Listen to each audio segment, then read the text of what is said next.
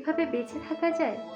জীবনে এত কষ্ট, এত সমস্যা, এত স্ট্রাগল করে বাঁচা, এই জীবন আমাকে কিচ্ছু দেয়নি, তাই এই জীবন আমি রাখতেই চাই না। এই জীবন তোমাকে সত্যি কিছু দেয়নি? ভেবে দেখো তো, তোমার সেই ছোট্টবেলা, যখন তুমি তোমার মা বাবার সাথে কত সুন্দর সুন্দর মুহূর্ত কাটিয়েছ, ভাইয়ের সাথে বা বোনের সাথে কাটানো সুন্দর মুহূর্তগুলো কতই না সুন্দর ছিল। ছোটবেলার স্কুল জীবন, পড়াশোনা, তখন তো তোমার জীবনে এত কষ্ট ছিল না।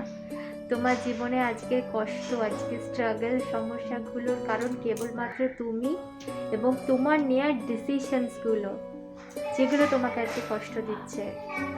তাই দরকার ভালো সঙ্গের, গুড অ্যাসোসিয়েশন। তুমি যখন গুড অ্যাসোসিয়েশনে থাকবে বা কোনো ভক্তের সংস্পর্শে থাকবে, তখন জীবনের প্রবলেমগুলো অনেক ছোট হয়ে যাবে, সঠিক ডিসিশন নিতে শিখবে, পরিস্থিতি মোকাবেলা করতে শিখবে।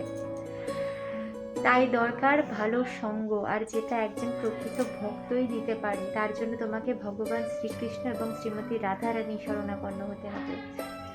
তাই আজকে থেকে একটু একটু করে হরিকথা শ্রবণ করা শুরু করো, ঠাকুরের নাম স্মরণ করতে চেষ্টা করো, শ্রীমদ্ ভাগবত গীতা পড়তে শুরু করো। দেখবে জীবনটা আস্তে আস্তে সুন্দরভাবে বদলে গেছে। হরে কৃষ্ণ, রাধে রাধে।